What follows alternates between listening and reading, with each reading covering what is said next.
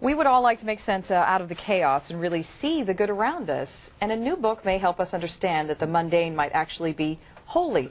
Dean Nelson is back. He is the founder and director of the journalism program at Point Loma Nazarene University. And among the 11 or so books that he's written, there's a new one. It's called God Hides in Plain Sight. And thank you so much for coming in again. My pleasure. Thanks for having me. Started reading this last night. Very interesting. It really does make you think. And there was a review on the back that said, quote, "If God is indeed hidden in the world around us, then we're blessed with a warm, entertaining tour guide in Dean Nelson."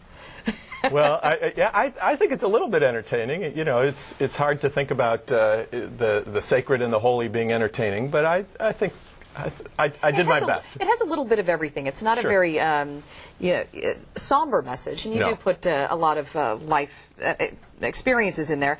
And you're talking about possible signs in the world, and one of them, can you tell us about this one in Bombay that just sort of gives you an example? Sure. I was teaching a creative writing class in Bombay, India, and as I was coming out of my hotel room, heard the piano player in the lobby playing the song that my daughter had just played in a piano recital just before I left the country.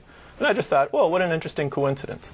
The next day, I heard the piano player was playing the song that my son had played at that same recital. And then I just thought to myself, or to God, or to whoever, I'll be really impressed if you can remind me of something, you know, that my wife has done. And sure enough, it turned out that there was a guy that I met that very day in Bombay who had become a Christian under the ministry of my wife's father.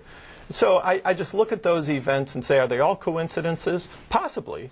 But I always think that there's more going on in the world than we actually see. And I think part of what we can do is start making those connections and say, God's at work.